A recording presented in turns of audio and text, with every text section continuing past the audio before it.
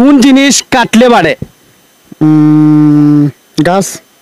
হয় নাই, আরো একটু চেষ্টা করুন। কোন জিনিস কাটলে বাড়ে? নখ। হয় নাই, যাই হোক ধন্যবাদ আপনাকে। আজ কোন জিনিস কাটলে বাড়ে? পুকুর। হয় নাই, যাই হোক ধন্যবাদ আপনাকে। আমরা আরেকজনের সাথে আসলে কথা বলবো যে কোন জিনিস কাটলে বাড়ে। আপনার নদী। যাই হোক উনি চেষ্টা করেছে, কোন জিনিস কাটলে বাড়ে? মাথার চুল। আরো একটু চেষ্টা করেন। মাথার চুল হবে। তো যাই হোক তিনি কিন্তু আপ্রাণ চেষ্টা করেছে, দর্শক এখানে সবাই কিন্তু অনেক চেষ্টা করেছে।